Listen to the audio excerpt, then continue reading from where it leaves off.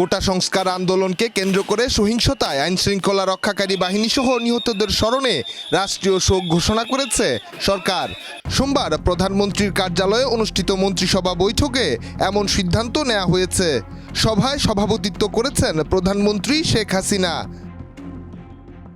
বিভিন্ন গণমাধ্যমে সহিংসতায় 2 শতাধিক নিহতের খবর আসলেও সরকারি হিসেবে তা দাঁড়িয়েছে 147 জনে। এমন তথ্য প্রকাশের পরই আগামীকাল মঙ্গলবার রাষ্ট্রীয় শোক ঘোষণা করেছে সরকার।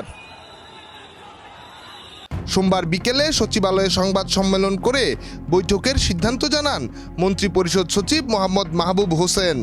কালো বেজ ধারণ এবং মসজিদে দোয়া মাহফিলের আয়োজন করা হবে। এছাড়া মন্দির, গির্জা, পেগোডায় বিশেষ প্রার্থনারও আয়োজন করবে সরকার। ডেস্ক রিপোর্ট, দেশ রূপান্তর।